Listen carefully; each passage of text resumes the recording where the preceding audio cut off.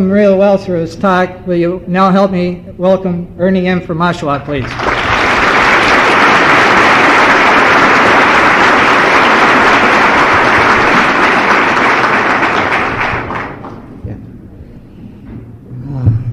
Unlike John, I wondered where all you people came from. 15 minutes ago, I thought we could have had a nice little discussion meeting. I have a very good friend of mine by the name of Jerry Delaney. She told me one time, she said, you know, the brain is the most fantastic organ in your body. She said it starts to work the instant you're born, and it never ever stops until you stand up in front of one of these podiums. And, you know, if you were standing up here, believe me, it's true. I was just looking you over there. You're the nicest looking bunch of sick people I've seen in a long time. You really are. Before I get carried away here, I'd like to thank Roger and the conference committee for inviting me down here. It's always a pleasure to be asked to an AA meeting, to be asked to a conference like this. You know, I always get a big kick out of being asked to come back any place. The only, you know, when I was drinking, the only place anybody ever asked me to go was to go home. They certainly never asked me to come back. And it is nice to be back, and I feel grateful. I feel grateful to be anywhere. I really, truly do, to be here tonight. And that slogan that the conference has picked out, the courage to change, I think that's absolutely fantastic. I go to a lot of these deals, you know, and it seems I always end up as a Sunday morning speaker, and this is the first time I've ever been a Friday night speaker, and I'd have to congratulate the committee because it shows one thing. This conference is going nowhere but up. It really, truly is. But, you know, no matter how many times I come to these conferences and I meet so many people in the program of Alcoholics Anonymous that have such great talks, you know, and they're so good to talk to, I just wonder how conference committees ever pick out anybody to take part in these meetings. I think it's like throwing a name in a hat.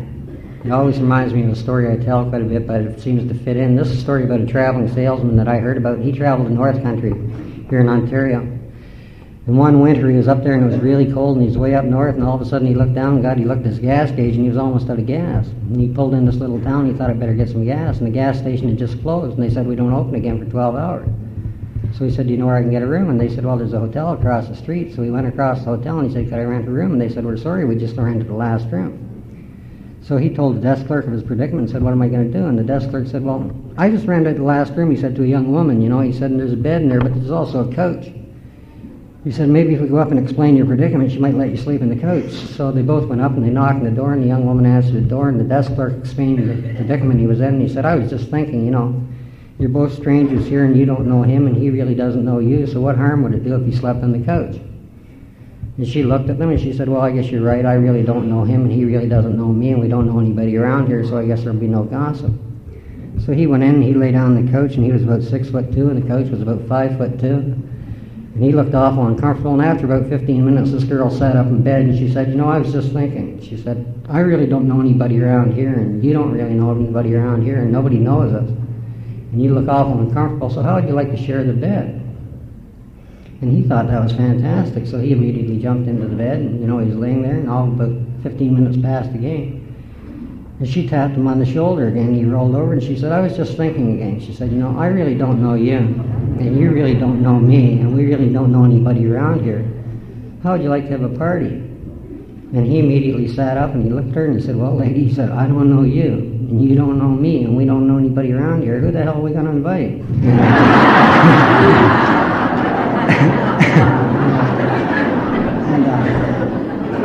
I think your conference committee, you know, said, who the hell are we going to invite? And here I are, you know. So I think the idea tonight is for me to talk and you to listen, and if we can both finish at the same time, I think that'll be fantastic. I am an alcoholic by my own admission, my own acceptance. My name is Ernie Martin.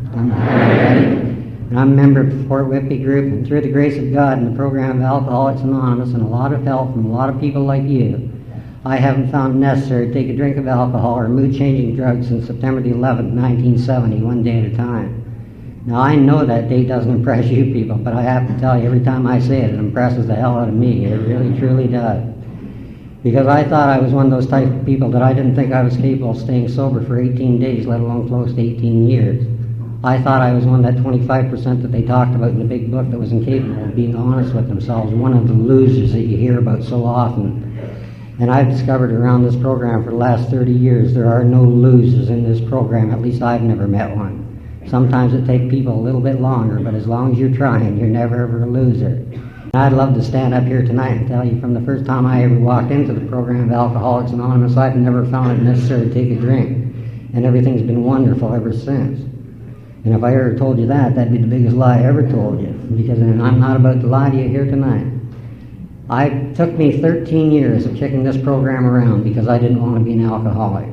God, I want to be anything in this world except being an alcoholic. And until I finally reached that point in the Inflation at Depth, as they talk about in the big book, on September the 11th, 1970, and I was ready for total surrender, that's when the program really started to work for me. And I think that's where my life began. And when I came into this program on September the 11th, again, the old-timers, and thank God for the old-timers, they got a hold of me and they said, if you want this program, Ernie, do what we tell you to do. Follow the instructions and read that book. And if you get in problems, read the book and then come and talk to us. But it's total surrender. It didn't work your way.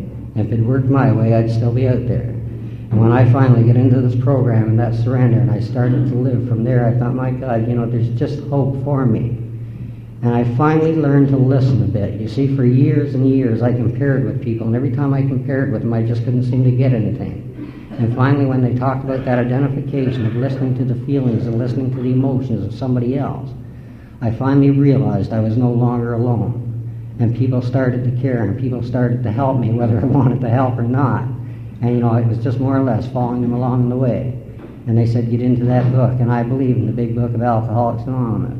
And it says in the big book of Alcoholics Anonymous, at least the way I interpret it in the 5th chapter, tell a little bit what you were like, what happened to you, and what you're like today. And I try and do this because, again, as I say, identification was so important to me. And when I look back over my life, when I entered the program of Alcoholics Anonymous, if there was anybody in this world who never had a reason for taking a drink, it was me. And why I turned out to be the type of person I am, I really don't know, and I don't particularly care today. I totally accept the fact of who I am and where I am, and I get on with my way of living. But again, as I had to look back over my life and realize what got me to this position, I found out I had all the characteristics, a lot of characteristics rather, of an alcoholic long before I ever took that first drink. And as I look back on my life, basically I came from, basically an upper middle class family in the city of Toronto, 3 boys. I was youngest of 3 boys, and as I look back on my life, I found out a lot of these defects of character that I had. I found out very early in life, being the youngest in the family, if I yelled long enough and loud enough, I could pretty well get what I wanted. And I was a gimme person and a want-me person. Everything I wanted all my life, I want it today. The first meeting of Alcoholics Anonymous I ever went to in my life, they were giving out a 20-year medallion that night, and I wanted you to give it to me, and you said, no, it don't work that way, It's a day at a time, and hell, I couldn't understand that, and demanding everything I want. I thought this world owed me a living. And growing up with these attitudes, again, I found out very early, if I couldn't get what I wanted off my parents, I'd get off my 2 older brothers. And I did. I demanded everything, and I wanted it today. And I guess basically I became a spoiled, rotten brat. And I'd love to tell you through the program of Alcoholics Anonymous I have changed, and I'm not a spoiled, rotten brat. But if my wife were here tonight, she'd more than likely tell you I'm a spoiled, rotten brat. But that's just her opinion. Thank God for Al-Anon. She's getting better. She really is, And growing up with these attitudes, I'd never seen alcohol around my house. I'd never seen my parents take a drink. My dad told me one time he took a drink of beer when he was 16. He said it was the most vile tasting stuff he ever had in his life, and he never drank again. So I'd never seen alcohol abused, I guess, just growing up this way. And I used to hang around with a friend of mine. His father, it seemed to me, was a very social person. And it seemed they were very social every Sunday. And around the age of 15 or 16, I was up at my friend's place, and it was happened to be a Sunday, and again, the social activities were going on. I didn't really know what a bootlegger was in those days, but I came to find out what a bootlegger was. And my friend's father was a bootlegger. And every Sunday, they sort of had a 2-for-1 sale, and he used to gather quite a crowd. And I used to go up there, and I'd watch these guys, and at that time, he made the best home brew, I think, in the province of Ontario. And they used to sit around in a little circle, all these guys, and they passed around this jug, and God, every time they drank out of that jug, the more intellectual they became, the funnier they became, everything else. I used to wonder, what's that magic in that elixir in that little jug? And finally one day I got up the nerve when they were passing around the jug, and I asked them if I could have a drink of that. And in those days I wanted to be the same as everybody else.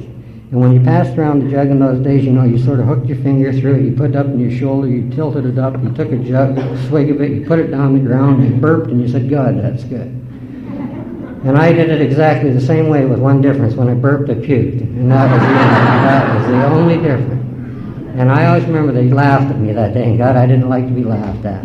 And everybody laughed at me except one fellow. He didn't laugh, he didn't smile, he didn't do anything. He just looked at me and he said, "Kid, if you want to keep drinking, just pour it down. It'll eventually stay down." And I accepted from the first drink of alcohol I ever took in my life, if you drank alcohol, you got physically sick. And believe me, I got physically sick. But if all I got out of alcohol was physical sickness, I wouldn't be here tonight. And it wasn't the physical sickness that brought me to the program of Alcoholics Anonymous, and believe me, I got physically sick. What brought me to this program was that god-awful inner rage within myself that I could never ever seem to explain to anybody. And the loneliness and the remorse and the guilt and the bitterness and the anger and the anxiety and the fear, and the little voice in the back of my head kept saying, "You're weird, Ernie, and you're different, and you don't fit." And God, I wanted to fit so bad, and I never knew how. And again, that fellow told me, "Just take another drink and it'll settle it down." And when I picked up that jug the second time and I finally got that drink down, it seemed everything in my life started to change instantly. In the business I'm in today, a lot of people ask me, in fact, where did I pass that magic line between social drinking and alcoholic drinking? I don't know about your case, but I can tell you where I passed it was somewhere between that first and second drink. I'd love to stand up here tonight and tell you I know all about social drinking, and I had a lot of social drinking, and I had a lot of fun. And to be honest about it, I don't even know what the hell social drinking is. I haven't got a clue what social drinking is. The only relationship I have to social drinking is my wife, Donna. And she likes to try out these little fancy drinks, and she tells me she's a social drinker, and I know she is. And the odd time we'll go to a restaurant for supper or something, and she'll order some drink. And they bring it to the table, and inside that drink they got a banana and a grapefruit and 2 cherries, you know. And she'll sit there and eat supper in 45 minutes, drink that drink, and maybe get up and leave half of it sitting there. And they say that's social drinking. To me, that's sickening drinking. You know, I have never understood that, and I never was. You know, that's all there was to it. And anyway, when I got that second drink down, you know, as I say, everything in my life seemed to change in such a hurry as I look back today. All my morals, all my values, everything in the world seemed to go out. And God, I found out about that little genie in that jug, because that second drink, God, all of a sudden I started to get intellectual. I started to think for myself, and you know, I had all the answers before you even asked me the questions. Between that second and third drink, nobody could tell me how to live. I knew everything in this world. And it seemed from then on for the next 18 years, and I certainly don't mean to tell you, I walked around drunk for the next 18 years. I didn't. But I can't remember too many days I didn't have a drink that I wasn't thinking about it. I turned out to be the type of person, I'd start off in a drunk, and when I started off in a drunk and I had $1,000 in my pocket, as soon as I spent a buck, I started worrying about going broke. I never ever worried about the drink in my hand. Where was I going to get that next one, that God-overwhelming fear? And when I came into the program of Alcoholics Anonymous and you people talked about blackouts, I didn't know what a blackout was. I just took it for granted. Everybody who drank just couldn't remember what happened the night before. I thought that was natural, and I thought that was normal. I thought that happened to everybody. Nobody had to introduce me to a morning drink to tell me it tastes better. You know, my way of thinking, if it tasted good at 3 o'clock in the morning, it tastes just as good at 6 o'clock in the morning. And that's the way I drank. And sometimes at meetings today, I have to keep an open mind when I listen to people. I've heard people stand up at these podiums and tell me they drank every day for 30 years and they hated the taste of this stuff. And God, I don't understand that. I really, truly don't. I have to be honest in this program. I love the taste of booze. I really did. I like the places they sold it in. I like the bottles they put in. Even sometimes I like those brown paper bags they wrapped it in. But, you know, I didn't like what it did to me, and that's the thing I couldn't understand. And the insidiousness they talked about in the big book, it's so cunning, it's so baffling, it takes over so fast, and it did, and I didn't even know it was happening to me. And I became so intellectual, as I said, through that booze, nobody could tell me anything. And I left school shortly after that, and I went to work for my father, and he was a small building contractor at that time. We lived in the city of Toronto, and he was building houses in a place called Kingston. And I went down to Kingston. As soon as I arrived in Kingston, I found out I suffered from another character defect. God, I wanted to be a wheel. I really, truly did. And I wanted to be a wheel when I came into the program of Alcoholics Anonymous, and it was so disappointing because my sponsor got a hold of me and said, "I'm sorry, you have to get in line, Ernie. There's $2.5 million ahead of you," so I never tried to play the wheel here. And I remember being in Kingston, as I told you, you know, the blackouts were occurring and that morning drinking. And all of a sudden I had the capacity for booze that, you know, I don't know where I ever held it, and I had to lie, and I became an instant liar and denying the amount I drank or what I did the night before. And it just seemed, you know, the pathological lies took over automatically. And I remember being in Kingston this one particular Thursday night, and don't ask me why I remember, it was a Thursday night. And I said to my father, "I'm going out for a draft of beer." And as true as I stand up here tonight, ladies and gentlemen, that's all I ever went out for in my life. I never ever went out to get drunk. I went out for a drink. And I went out for a drink on that particular Thursday night in Kingston. The following Monday morning, I came out of a blackout in the city of Toronto in a clinic. And I remember coming to in that clinic, and the doctor sitting by the edge of the bed, and he handed me a sheet of paper with some questions on it. And he asked me to answer the questions to the best of my ability, and I did, and I handed him back the sheet, and it seemed he studied it for a long time. Then he put the sheet down, and he said, Ernie, he said, you have a disease you'll have until the day you die. And he said, there's absolutely no cure for it. And he said, you're a chronic alcoholic. Now, I remember in those days, I wasn't too sure what that word chronic meant, but I sure as hell knew what an alcoholic was, and it wasn't me. You see, the myths I've been brought up with all my life was an alcoholic was some guy sleeping in Grange Park in the city of Toronto, drinking wine out of a brown paper sack or selling pencils on a corner. That was an alcoholic. Here I was, 19 years of age, my father in business, my new car outside, my $300 suits. How could I possibly be an alcoholic? And I remember Dr. Bell telling me that day, he said, Ernie, if you have a problem living or accepting life or accepting reality, there's a new member for the program. You come on back here and we'll try and help you when we get out of this clinic. He said, but there's an organization here in Toronto, and he said, I strongly suggest you go there, and it's called Alcoholics Anonymous. And he said, remember one thing. He said, you can never safely take another drink again. And when he said that day, I don't think I had a bigger fear ever come over me in my life. And please remember, ladies and gentlemen, I was 19 years old. And sometimes at meetings of Alcoholics Anonymous today, I just shudder when I see young people walking through that door. And I hear one of our closed-mind members say they're too young. How the hell young do you have to be to die? That's the one thing I have to keep asking myself. And I remember when I got out of that clinic some 14 days later, that thought running through my head, I could never take another drink again. The very first place I went to was one of the local watering holes to think over what he told me. And I remember walking in and ordering a draft of beer, and it seemed I sat there and looked at it for about 2 hours. And as I look back today, it was more than likely about 2 seconds, and I picked it up and drank it. And not a damn thing happened. Like the waiter didn't drop dead, the floor didn't fall in, nothing happened. And I thought, he's wrong, I can't possibly be an alcoholic. But again, that little voice in the back of my head was going off and saying, you're weird, Ernie, and you're different, and you don't fit, and God, I want to fit so bad. And as I told you, the more I drank in those days, the more intellectual I became. And God, I do miss that today, I really did. And I remember sitting in a hotel that day, and I thought, what I need is some responsibility. If I could just get responsibility and straighten up and fly right, I'd be like all you other red people. So I think I made one of the greatest decisions in my life that day. I thought, what I'll do, I'll go and get married. Now, please, if there's somebody new here tonight and you're coming around looking for, the answers to your drinking problem, believe me, and you're in this room, what I'm about to tell you from here on in isn't in the big book. And, of all the decisions I ever made in my life, and I don't think I made that one myself, that was one of the greatest decisions I ever made. And I married my wife, Donna, some 32 years ago, and that girl's been hanging in with me ever since. And how in the hell she ever stayed with me, I'll never ever know. But for, all those years, she stood behind me. Sometimes a hell of a long way behind me, but she was always behind me somewhere. And before we got married, she told me she knew the way I drink and she'd make me different. And she did. She made me worse, And we got married on a Saturday, and God, my dad claimed bankruptcy on Monday, and I thought he did that to me on purpose, too, and I had to go to work. And I didn't like manual labor, and I still don't to this very day. And anything I wanted to get into my life, I had to be big, and it had to be successful, and it had to be flashy, and it had to be out front where everybody could see it. And I took a look around, and I looked at all these successful guys I knew who were salesmen that sat in bars all afternoon. And I thought, that's what I want to be, a successful salesman who sits in a bar all afternoon. And that's the business I got into. And we were married a very short time, and my wife found out the way I drank, and she didn't like it. You see, by this time, again, the insidiousness that they talk about in the program of Alcoholics Anonymous, by this time I couldn't get out of bed without that morning drink.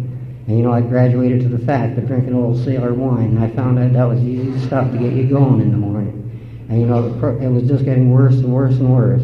And my wife never reads the personal columns. I know she doesn't. And why she did that day, she picked up the Toronto Star, and she doesn't know why she read the personal column. There was a little ad in there that said, if you have a drinking problem, call this number. My wife had a drinking problem, me, and she called the number, and it was Alcoholics Anonymous. And she started demanding they send somebody out there to straighten me up and sober me up and tell me how to live, but the girl on the other end of the phone said they couldn't do that. But she also told my wife if she could possibly get me to a meeting of Alcoholics Anonymous, just maybe somebody there had the answer that would save my life. And I went to my first meeting of Alcoholics Anonymous, the old 12-step group in the city of Toronto in 1958. Not because I thought I had a drinking problem, or not because I wanted to change my way of life. I went for one reason, and one reason only, to get my wife off my back, and that's the way I arrived at the doors of AA.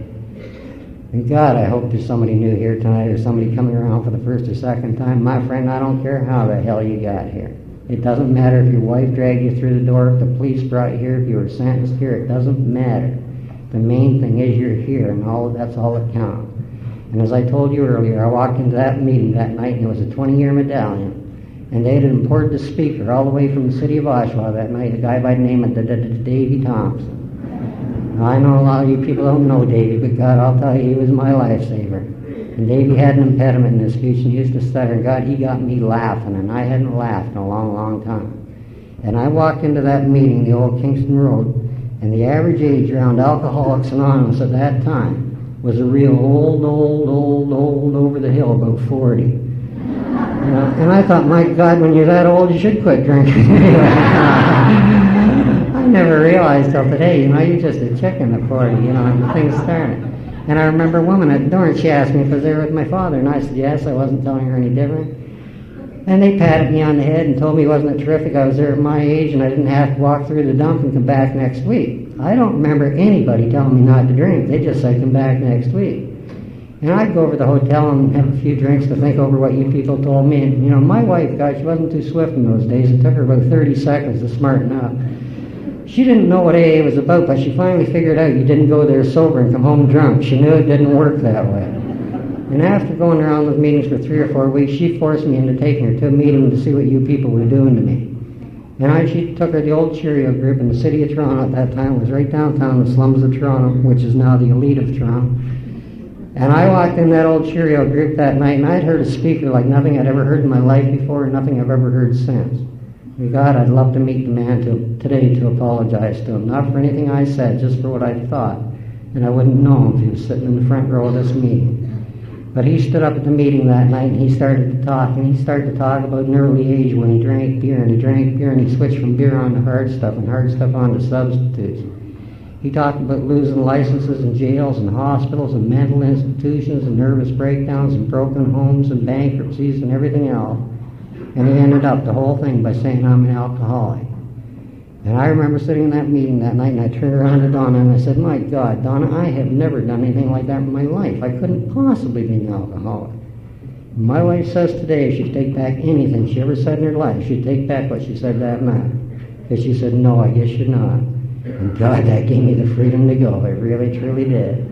But that man said one other thing that night, and I didn't think I heard it, my friends, but it was to haunt me for the next 13 years. And please, ladies and gentlemen, if you never listen to another word I say tonight, please listen to what I'm telling you now. This man told me the same thing some 30 years ago. He said, if you're new and you're coming around this program and you're looking for a way to stop drinking, believe me, that person sitting right beside you might have the answer that'll save your life if you take the time to answer the questions. Maybe you haven't been to the places I've been to, or maybe you haven't had to experience the degradation or shame that I've gone through in my life. But believe me, if you walk out that door and continue on drinking, I'll absolutely guarantee you you'll get to the places I got to. And I sat there some 30 years ago with my negative attitude, my closed mind, and I said, not me, man, I'm different. And to make a long story short, I was different, all right. I was a hell of a lot worse. And everything that man told me for the next 13 years came true. And for the next 13 years, I found out, my God, I can't get any lower in life. And every time I got so low in life, I found out there's a bottom to a bottom to a bottom, that it never ever stopped. And I used to think you people predicted my future. Like, why don't you get off my back and leave me alone? And for the next 13 years, I began a love-hate relationship with the program of Alcoholics Anonymous that I've never been able to explain to anybody. And again, thank God for the older members of Alcoholics Anonymous. I love those people with a passion so dearly. They were the people that saved my life. And they've never seen a kook like me come into AA before. I really, truly don't think they had. I'd walk into meetings in those days, and they'd be standing at the door smiling, and they'd put their hand out, and I'd put my hand in my pocket, and they'd say, "How you doing?" And then I'd say, "None of your damn business," and they'd just look at me and smile. And they were so cheap, they never gave me any more than half a cup of coffee. And I used to think, "My God, why do you do that?" And I'd fall off chairs, and they'd pick me up, put me back in the chair, and say, "Try and listen and keep coming back." And I didn't know what it was, and I'd be in a hotel, and when I was in a hotel, I wanted to be in the AA meeting. When I was in the AA meeting, I wanted to be at a hotel, and I didn't really know where I wanted to be. And the things I was looking for, and all of a sudden that responsibility I was looking for that I told you about earlier, if I could just get responsibility, everything would be all right. And I remember walking home one day, and I'm married about 12 or 13 months, and Donna told me, "Guess what, I'm pregnant." And I wondered how the hell that happened. I never found out 4 times later how it happened. I was a slow learner. And again, I remember the night my son Ernie was born. I was up in East General Hospital, sitting on the edge of the bed, and the doctors came in and told me I had a son. And I thought, God, isn't that fantastic? But that's really all I wanted to be all my life. I wanted to be a good father, and I wanted to be a good husband. I wanted to be a good member of the community. I really, truly did. That's all I wanted. And I remember sitting on the edge of the bed and saying to Donna, "That's great, hon. You stick with me, and I'll buy a Casaloma, and everything's going to be hunky-dory from here on in." And I walked out of that hospital, and somebody handed me a drink, and I never saw her again for 6 days. That's the type of person I turned out to be. I took one drink, and I lost all control, and I just couldn't guarantee my behavior. And it was just absolute hell, and the degradation and the shame for the next year. Now all of a sudden I'm married, and I got a wife and a kid, and somebody wants me to pay rent and buy groceries, and hell, I couldn't even look after me. I was a utopia, immaturity. I just couldn't, grow up. And all of a sudden I'd go back to all my barroom friends, with the intellect, and say, "Well, what I do?" And they all said, "Well, if you get away from the rounders you're drinking with, Martin, and burn up Young Street, everything would be all right." And I get up one day and I walked out of the house and I said to Don, "I'll see you later." Now, if anybody said to me, "You'll see her a year later," I would have said, "You're crazy." But again, I went back to my intellectual friends, and I made a decision that day. If I could get away from all those people that were dragging me down and making me drink, everything would be different. And I ran home to my mom on borrowed money. And my parents loved me so much in those days, they damn near killed me. They didn't mean to, but they loved me so much, they almost killed me. Every time I got into a jackpot or a situation they thought they could buy me out of, honest to God, they may have all bought me the next drink, they would have been better off. And it was just absolute hell. And anyway, that day I ran home to my mother and got some money on her, got on a plane and went to California. I thought, everything's going to be different if I can just get away from these places. And when I got off that plane in California, some 2,600 miles away, the saddest thing in the world happened to me. The very first person I met when I got off that plane was me. And I hadn't changed one damn bit. And I remember my oldest brother lived in California at that time, and he had a big party that night and invited all the neighbors and friends and everybody else in to meet his young brother. My friends, when I left there a year later, I'll guarantee you he didn't have no party. He was just glad to get rid of me. God, he would have hawked his soul to get me out of California. And I don't remember a damn thing about it. I was a working bum down there. And I forgot the fact, my battle cry for so many years was leave me alone, get off my back, I'm not hurting anybody. I forgot the fact that I left a wife and a baby in the city of Toronto with really no visible means of support, and I was just disappeared, and they really didn't know where I was. And after about a year, I made that decision. I was going to come back to Canada and go back and take over the reins and give Donna that big break. In reality, what I did, I came back and bended knee with the crocodile tears in that bag and give me one more chance. And I remember asking my brother at that time if he'd lend me the money to come back to Canada, and he said yes with no hesitation at all. And I remember the night, he drove me out to Los Angeles Airport, and he still hadn't produced any money. And there's a passage in the big book of Alcoholics Anonymous, it says, "Did you affect people when you're drinking?" And I used to say no for so many years. And I remember when we finally arrived at Los Angeles Airport, and he still hadn't produced the money. And in those days, little jetty used to come in and pick you up and take you out to the plane. And the jetty finally came in. When I got on the jetty, he handed me that ticket, and I'll never forget that ticket until the day I die. When he handed me that ticket, stamped right across the front of that ticket, it said non-transferable, non-cashable, and non-returnable. And back I came to Canada, back on bended knees, and Donna gave me that chance if I come back to AA. And back I come to you old timers, and back into the meetings, and so many times. And you talk about the 12 steps, and you talk about a tradition, and you talk about spiritual growth within this program, and I just didn't understand what you people were talking about. And I didn't like your 12 steps, and God, I hated your 12 traditions. I didn't like your coffee, and I absolutely detested your egg salad sandwiches. But something kept dragging me back, and I finally don't know what it was. And then the trips in and out of the jails started, and into the hospitals, and I'm not going to take you through all those places. If you've never been in the bottom end of the Don jail, or been in a psychiatric hospital, or tried to live better electrically, I could never explain it to you tonight what it's like. But if you've been there, you absolutely understand what I'm talking about. You know, it was just shame and it was humiliation, but it wasn't the fear of hurting me that I had to live with. The biggest thing that I had to live with was the shame and the degradation and the humiliation that I was doing to my wife and kids, and I just couldn't seem to stop. And finally I arrived home again, and Donna said, guess what? I'm pregnant again. And I remember the night my son Wes was born. Now again, I was up in East General Hospital. And growing up in my life, in my family, I was raised in the Baptist faith, you know, and I had to go to Sunday school twice on Sunday and back to church at night. And listen to this loving, forgiving God that will look after you and do all things for you and always protect you in life. And I thought I believed that at that time. And I remember when my son Wes was born, he was 31 minutes old, and the doctor came out and told me that, you know, asked me if I'd sign for an operation. And I asked him what was the matter, and he told me my son had been born crippled and he had a half a heart. And, you know, when that doctor said that to me that night, you know, the very first words out of my mouth was, if there's a God, why would you do that to me? Why would you punish me by giving me a son like that?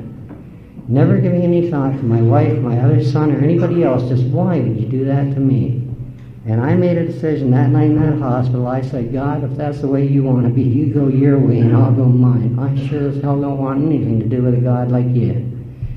And I remember when I walked out of that hospital, I think that's where my road to destruction, to hell, really started from that night. And I didn't realize at that time that was God gave me one of the greatest gifts that He'd ever given me in my life, and it took me a long time to figure it out. And finally, it was just absolute garbage for the next few years. And finally, it got to a point, I remember being in downtown Toronto one night. And at this time, you know, again, I was watching my wife going through these nervous breakdowns and everything else, and I used to think, that's my trouble. You know, she keeps giving me these nervous breakdowns. She keeps loading me up with kids. If she wouldn't do that, I wouldn't drink so much. I was ready to blame anybody for anything in my life. I would never accept the responsibility. And I remember, you know, so many times she tried everything in the world to get me to stop drinking. So did my mother and so did my father. Everybody tried to stop me. It always reminds me of a story I heard about one of these Al-Anon girls. You know, she tried everything in the world to stop her husband from drinking. She even went as far to go to a costume shop one night. And she rented one of those devil's outfits, you know.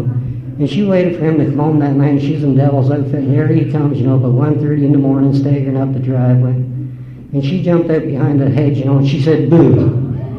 And he stood back, and he looked at her, he said, who the hell are you? And she said, I'm the devil. And he looked at her for a minute and said, well, geez, put her there, he said, you know. He said, I've been dying to meet you ever since I married your sister. You know,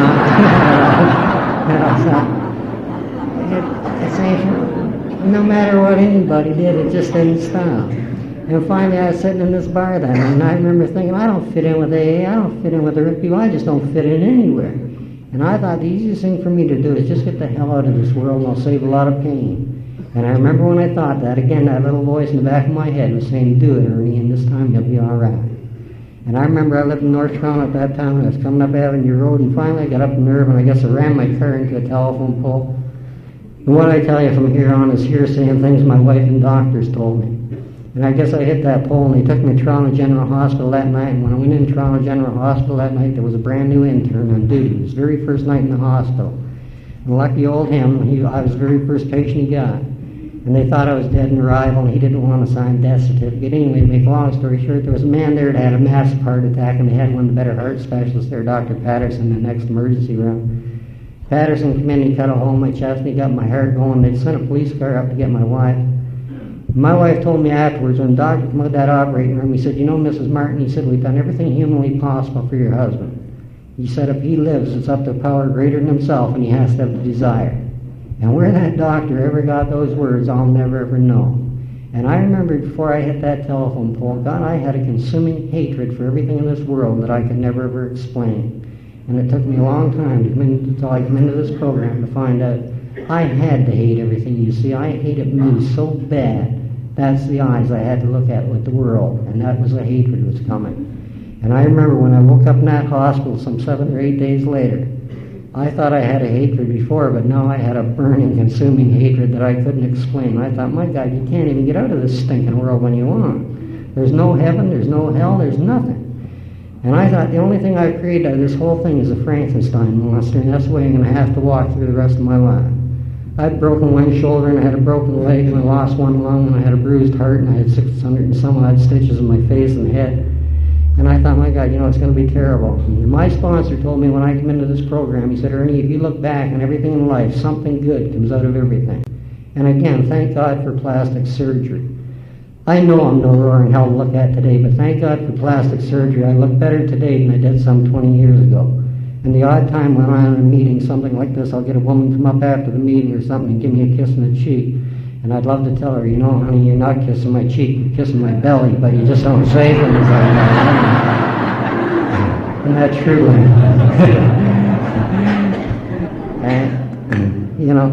And again, that fact, I go back to the past in the big book. I thought I never hurt anybody. I forgot I couldn't work for almost a year. And I never told this to anybody till I came into the program of Alcoholics Anonymous for almost 3 years because of that false pride I had. I had to go on welfare, and God, I never told anybody about that. It's pretty hard to be successful and go on welfare. And I was so good in those days, I even conned my wife into cashing the checks, because if I went up, they'd think I was a failure, and I couldn't do that. And again, that year, my wife had to get a job in the grocery store, and run over to the liquor store at noon and bring me a little bottle to keep me from going insane. Finally, after a year, back to the fact I got back in work and back in trouble as usual. And finally, the sales manager called me in the office one day, and I'm standing in the office about half the size of this stage. And he said, Ernie, we've been sold to an outfit in the States. He said, and I've been told to get rid of all the garbage in Toronto. And I remember looking over my shoulder for all the garbage he was talking about, and I was the only one standing in the office, so it must have been me. And he asked me if I'd ever heard of a place called Oshawa, and I said, yeah. And he said, you go out to Oshawa, cover Oshawa area, send in your sales reports. And he said, you remember, stay out of the booze. And he said, you remember, the one reason I'm doing this is for your wife and kids. And I thought, sure. In reality, that man was saving my life materialistically that morning. But, I never had any trouble with that word humility until I came into the program. Because he said that day, remember, I'm doing this for one reason only, for your wife and kids. I thought, bull. The reason you're doing this is because I'm the greatest salesman you got, and you go absolutely broke without me. I want you people to know that firm's thriving and doing well without me. They really are. But again, I remember running home and running into Don and saying, guess what? I've been promoted. We're going out to Oshawa, and everything's going to be different. The only thing we have to change, Don, I can't buy you Castle Home anymore. We'll have to buy the McLaughlin estate, and everything will be wonderful from here on in. And again, I forgot the fact that Davy lived in Oshawa. And I moved out to Oshawa, and everything's going to be different. I'm going to be away from all you people that made me drink, and everything's going to be different. I can change my whole life. But again, the first person I met was me, and it was no damn different in Oshawa than it was anywhere else. And finally, one day, I was walking out the hotel in Oshawa, and God, I bumped right into Davy again. And Davy said, we got a little club. He said, Ernie, it's called the Alano Club. Why don't you try it one more time? And I walked into the Alano Club in the city of Oshawa, and I experienced Alcoholics Anonymous like I have never experienced before or experienced since. When I walked into that meeting, and people actually put their hands out to me, they looked me in the eye. They didn't look over my shoulder. They didn't talk to the person next to me. They talked to me. And they said, how you doing? And I said, all right. And they actually waited for an answer. And they said, do you want to go to the meeting tomorrow night? And they didn't say, we'll meet you at the meeting. They said, where do you live? We'll pick you up. And for the next 2.5 years, it was at 6:30 every night, that damn beep in the driveway. And I said, don't you people have anything else to do but harass me? Like, leave me alone. And again, I'd love to tell you I stayed sober, and I didn't. For 13 years of kicking this program around, the longest continuous sobriety I ever had was 3 months. And I would have been better off drunk, because I was the most hateful person you ever met in your life. It was absolutely terrible. Because I just wouldn't give in to that surrender. So many times just sitting here with my negative attitude and my closed mind. And at that time, I used to associate with a lot of guys at Ajax group, and at that time, Ajax used to meet on Sunday night. And they had a policy in those days, if you weren't there on Sunday night, they put out a hunting party for you on Monday morning. And I remember there was a girl getting a medallion in Oshawa one night, and her name was Janice. And this was Janice's 1-year medallion. And I wanted to go and see Janice get her 1-year medallion. Because you see, Janice and I had been having a love affair that nobody knew about. Hell, Janice didn't even know about it. The love affair we were having is Janice has had polio ever since she was a little girl. She's crippled, she walks in crutches. But she had the ability then, and she still has the ability today. God, when she smiled, she just lit up a room, and she made me feel good. And I went to her 1-year medallion that Friday night in Oshawa, and that's the night I knew everybody in Alcoholics Anonymous was gone crazy. Because about halfway through the meeting, they had a humorous speaker, and you people were doing your usual thing. You were sitting there giggling and laughing and looking up at the ceiling. And all of a sudden, I looked up at the ceiling, and the ceiling was coming down. And the walls were closing in, and the floor was closing up, and little green things were crawling out the back of people's heads and everything. You didn't even see it. And I thought, the hell with you. You stay here if you want. I'm leaving, And I literally got up that night and knocked over people, tables, chairs. I didn't know what DTs were. And I went in the worst drunk I've ever been in my life, and it wasn't very long. It only lasted a matter of about 4 or 5 days, and it's the only one I like talking about because it's the last one I've had up till today. And as I told you, Ajax put out that hunting party for me the following Monday morning. And they put out the hunting party by a guy named Jack Lou. And between Jack, he figured out, and he got a hold of my wife the following Wednesday. And between my wife and Jack, they figured out one thing. The logical place I'd be in, the logical place I was a place called the Cadillac Hotel. No, I'm not going to tell you what the Cadillac Hotel is. I'm just going to tell you every city in the world has a Cadillac Hotel. For the big book of Alcoholics Anonymous, the way I interpret it anyway. And it says in this book to carry the message to the best of your ability. It doesn't say where to carry the message. It says carry the message to the best of your ability. And thank God that night Jack chose to carry the message into the lounge of the Cadillac Hotel. And he told me after I was in a blackout that he got me in the parking lot, and I was always a belligerent, mouthy drunk in those days. And I guess I didn't want to go home. And now please understand, I am not recommending this as a way of making a 12-step call. I'm just telling you it's the way it happened to me. And Jack said he thought of that passage to carry the message the best way you know how, and he did. He just up and he hit me a shot right in the mouth. And the next thing you know, I woke up at home and I was laying on the couch, and I had an awful sore jaw. And I knew it was Wednesday night because my wife had been going out. In the previous 14 Wednesdays, my wife had been disappearing every Wednesday night, and I didn't know where the hell she was going. And this time, I knew she'd really flipped out. Like, she'd gone through a lot of things in her life, but I'd never seen her like I had the previous 14 Wednesdays. I was the type of person, when I was coming off a drunk, I was a shaker, My wife tells me I'm the only person she ever met in her life that could stand perfectly still in the middle of that floor and sort of vibrate over to that wall. And I'd come off these drunks in that condition, and I'd sort of put my head in Donna's shoulder and say, God, Donna, I think I'm going to die. And she'd sort of pat me on the head and say, get some soup in you, go for a walk. And all of a sudden, she started disappearing on Wednesday night.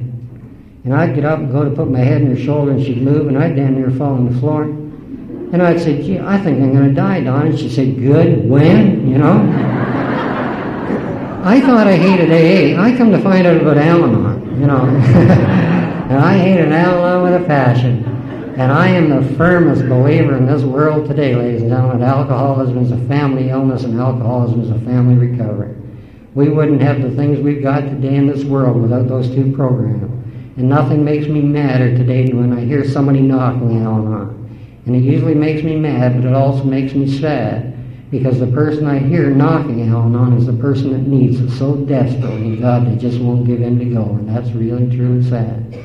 And I did another strange thing that Wednesday night. I got up off the couch and I went up to the bedroom. And I hadn't been in that bedroom for some 2.5 years for some strange reason. And I remember sitting on the edge of the bed that night, and I didn't believe in heaven, hell, or God, or nothing else.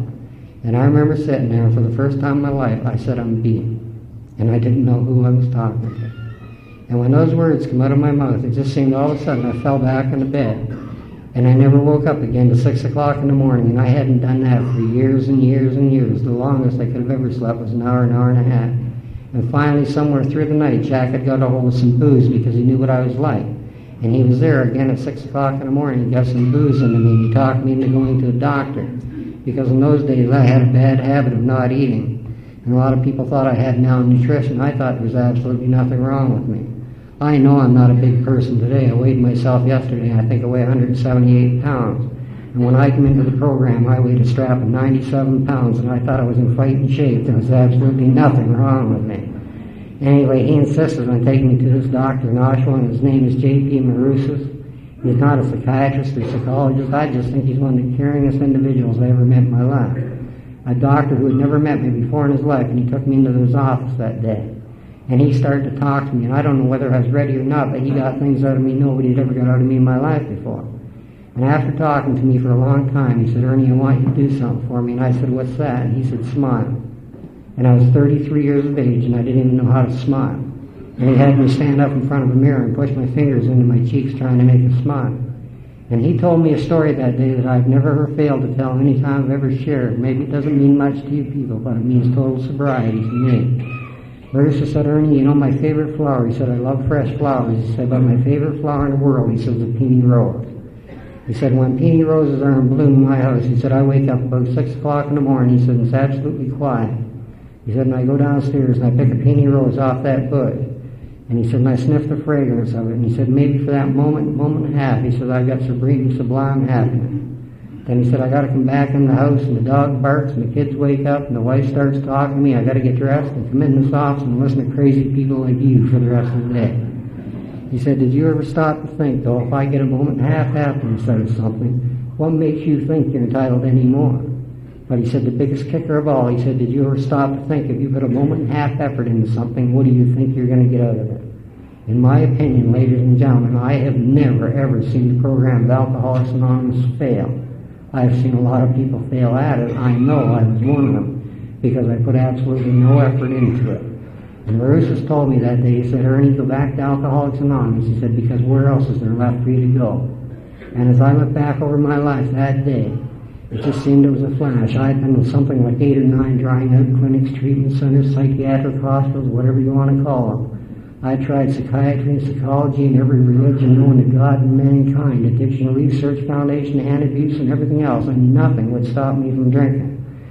And he said, go back and try it one more time. And I came back to Alcoholics Anonymous on September 11th, 1970, with that thought in my head.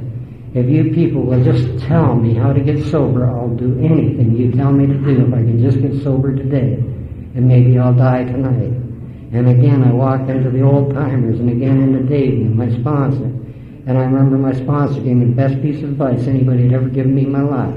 He said, Ernie, shut your mouth and listen. Don't argue it, don't debate it, don't question it, just do it. He said, you've go through the motions of those 12 steps. And I said, I don't believe in those 12 steps.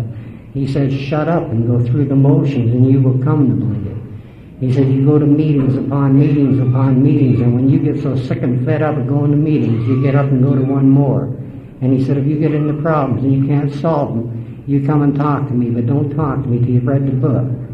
And they said, come into this program and things will happen to you, and things did happen to me. I came in on September 11th, 1970. On the 13th of September, they foreclosed on my house. On the 15th, they repossessed my car. On the 16th, I got fired from my job. On the 17th, I'm sitting in a lawyer's office in Wick. He said, you owe $13,000 and some odd dollars and 6 cents. How'd you like to pay it? I got a wife and 4 kids and $32 worth of furniture sitting on the front lawn of a house I'd just been evicted from. You people told me if I was ever in trouble, come on back, and you know where I came. And you know what you told me? Get honest. And I thought, a hell of a lot of help that is. And I didn't realize it was the greatest gift you ever gave me, the backbone of the program of Alcoholics Anonymous, total, complete honesty. And again, third-party people who were willing to help me if I was willing to help myself. A lawyer in Whitby that heard I was trying to get sober and do something about myself. Out of that whole bankruptcy, salvaged me $1,000. A friend of mine in real estate heard I was trying to get sober and go to meetings. He kicked back his commission and everything else so I could buy the oldest house in Oshawa. And believe me, it wasn't because I liked antiques. And I moved into that house and I thought the end of the world would come. And they said, go to meetings. And I went to meetings upon meetings upon meetings. Not because I wanted to, because I was scared to death not to go. I thought if I don't go, I'm going to drink. And you know, I'd go to meetings, and after 2 or 3 months, people say to me, gee, Ernie, you're starting to change. And I couldn't wait to get out of that meeting to run and look in a mirror. And I'd run home and look in the mirror, and I couldn't see any damn change. And then all of a sudden, the program started to work, and the emotions and the feelings you were talking about. You see, when I was drunk, I remember going in my driveway so many times at 2 o'clock on a beautiful afternoon like today, my kids would go and hide under the bed. All of a sudden, I'm 3 months sober, and I pull in the driveway, and they're all running out to meet me and throwing their arms around me and asking me if I've had a good day. And those are the things that are starting to change. And all of a sudden, I walked in the house one day, and I'm about 6 months sober, and Donna walked up in the kitchen and gave me a kiss, and I thought, my God, she's madly in love with me again. She really is. And she never told me for a year and a half afterwards. She wasn't a damn bit in love with me. It's the only way she knew how to check my breath. And the good thing is, though, she's never stopped in the last 17 years, and it continues. And then finally came that magic night in the program of Alcoholics Anonymous. They handed me that 1-year medallion. And you know, for the first time in my life, it seemed I'd accomplished something, and I totally accepted the fact of what I was. And I came to believe in the power in those steps, and I knew I could trust in God, and I could come to a faith within you people, and the trust and caring. And after the hoopla was over again, I remember my sponsor taking me off in the corner, and he said, Ernie, tell me all the people that patted you in the back in the last year and told you you've done a terrific job. And I said, God, I don't know. He said, tell me all the ones that kicked into behind and told you to smarten up, and I named all 6 of them right off the bat. People that loved me enough and cared enough and risked their friendship to tell me when I was out of line, if I didn't change, I was going to get drunk. And the greatest help they gave me, again, when I go back to my 3 or 4 months within the program, again, Davey and my sponsor sitting down talking to me. And they said one night, Ernie, he said, if you ever die in your headstone, you'll never ever die of alcoholism. What you'll die of is your attitude. You have a stinking, rotten attitude, and if you want sobriety, you have to dump it, and you have to get an open mind. They said, remember in the program of Alcoholics Anonymous, the how in Alcoholics Anonymous is based on how it works. The honesty, the open-mindedness, and willingness. And until you accept the fact of what you are and where you are and what you're going to do about it, nothing's going to change. And when I totally accepted the fact of what I was and where I was and things were going to change and come to believe and listen to you people and let the big book talk to me and learn the feelings and learn the emotions, and things were going to start to change. My 2nd, 3rd, and 4th years in the program of Alcoholics Anonymous, it seemed I got that Midas touch. God, everything I touched turned to gold, and I thought I could do absolutely nothing wrong. And I started to rewrite the big book. I got that intellect back again. And I started to rephrase the 12 steps and the 12 traditions. And I was doing so good, I'd even drop into meetings once in a while to let you people, lucky people, see how well I was doing. And again, the old members would look at me and they said, Ernie, you're sicker now than you've ever been in your life. Go back and read the book. And I was doing very well materialistically, and I had to have that $200,000 house, and I had to have that Lincoln Continental, and I had to wear those $500 suits to impress you people. But all of a sudden I started to realize I was losing that contentment, I was losing that serenity. And I prayed to God of my understanding, and maybe it doesn't make sense to you, but it makes sense to me. God answers me in some funny ways. And in my 4th year of sobriety, I was put into total bankruptcy. I was completely wiped out. It was one of the best things that ever happened to me in my life.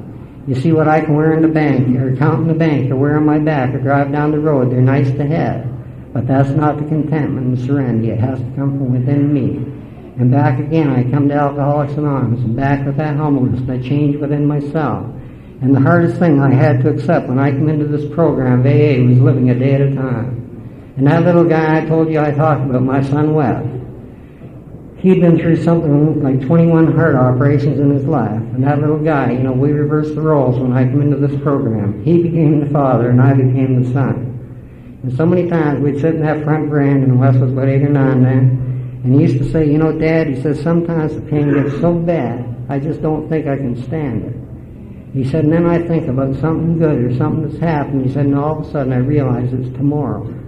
And he taught me living one day at a time. And he went through an awful lot of pain, a lot of growth. And finally, in my 6th year of sobriety, he was getting in bad shape and he had to have another operation. And, we took him into Sick Children's Hospital, and they wanted to perform this new operation. They had the operation. They said it was very successful. And I remember being in the hospital. My wife and I were talking to my son. And all of a sudden we get up to leave, and I don't know if you've ever seen a heart operation now with all these tubes and everything. And we went to walk out the room, and Wes called me back, and he said, Dad, can I talk to you for a minute? And I walked back into that room, and I don't know why. I'd lied to everybody else on the face of this earth, but I'd never ever lied to that boy, and I don't know why. And he said, would you do me a favor? And I said, sure, Wes.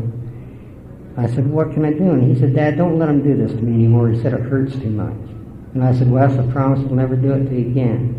And I walked out of that room, and I remember telling my wife, and she said, well, why did you say that? And I said, I don't know. I said, it was too long to win the explanation. And they called us that night, and they asked us if we'd come back in the hospital. The next day, they said some complications had set in. And I walked in the Sick Children's Hospital on December the 13th, 1976, and they told me my 15-year-old son, Wes, had died that morning at 8:30. And again, ladies and gentlemen, the first words that came out of my mouth when that doctor said that, if there's a God, why would you do that to me? Why would you hurt me that way? And again, giving no thought to my other 3 sons or my wife or anybody else, just why would you do that to me? And again, when you're in that pain and that hurts so bad, you can't run and pick up the big book and read page 187 and 188. What you have to do is depend on the hand and the fellowship of the program of Alcoholics Anonymous. And that hand and that friendship was there, and they got me through. But again, I lost that feeling. You know, and about 3 months after Wes's death, I just couldn't seem to get that contentment back. And I discovered I was the biggest hypocrite that ever walked around the program of AA. For you see, for 6 years, I'd stood up at a lot of podiums like this and banged and thumped this counter and told you people I had an undying faith in God. Nothing could shake my belief. And I found out that morning you could shake my belief. And there's a girl around Oshawa by the name of Edie T. And Edie used to tell me so many times, she said, Ernie, I don't care how long you're in this program. Somewhere, sometime, you're going to have to go to the mountain by yourself. And I never knew what she was talking about. And about 3 months after Wes's death, I had to go to that mountain by myself.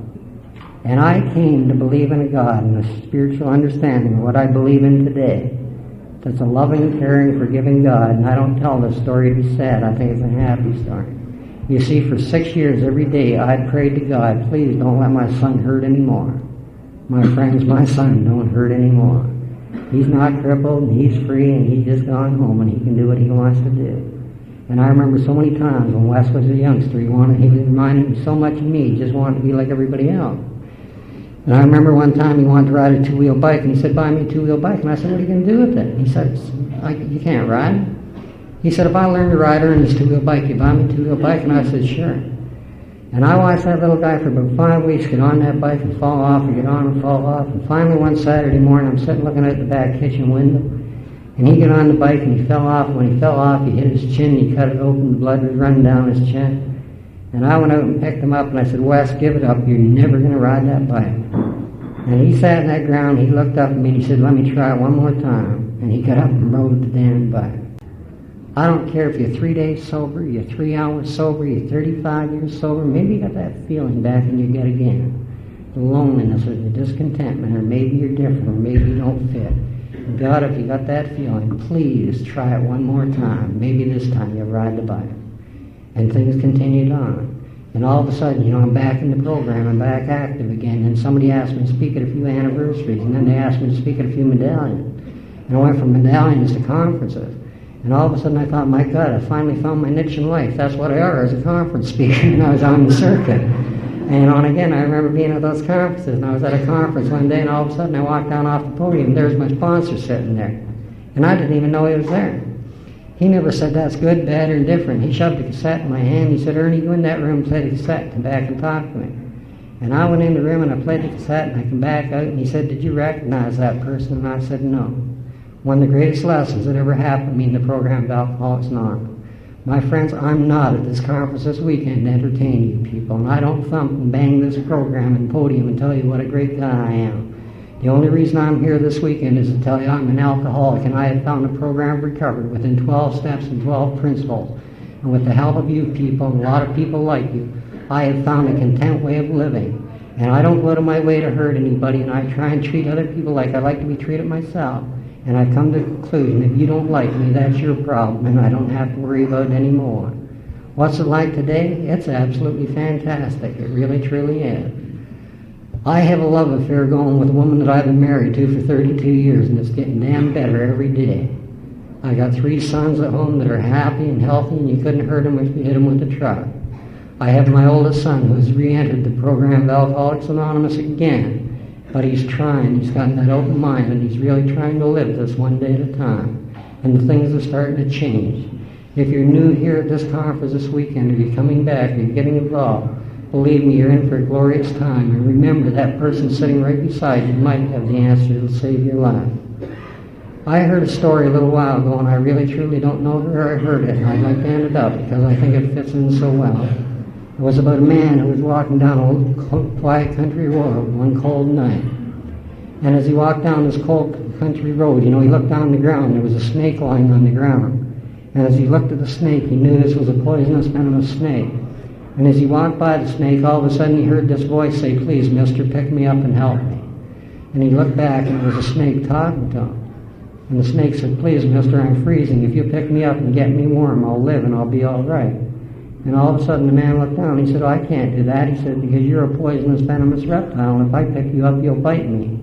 And the snake said, no, I won't, I promise, I truly won't. You pick me up and put me inside your coat and get me warm, and I'll be all right. And the man reached down, he picked the snake up, and he wrapped him inside his coat and got him warm. As soon as he got him warm, the snake bit him. And he immediately threw the snake down the ground. He looked at the snake and he said, "Why did you do that? You promised you wouldn't bite me."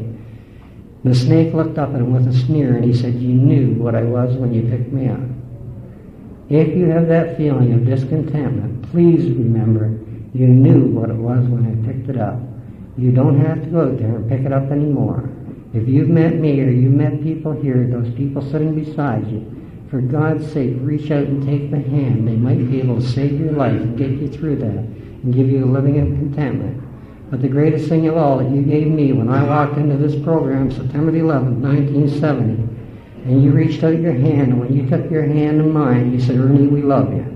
And it took me a long, long time to come back and say, "I love you too." I have a love and a feeling for each one of you people for the way you make me feel. And when I'm around you, you make me feel good. And by making me feel good, you can pass on that love and feeling to another alcoholic and realize they never have to be alone anymore. For what you've given me in the program of Alcoholics Anonymous, I'm never, ever able to express my gratitude. But believe me, the gratitude is in my heart.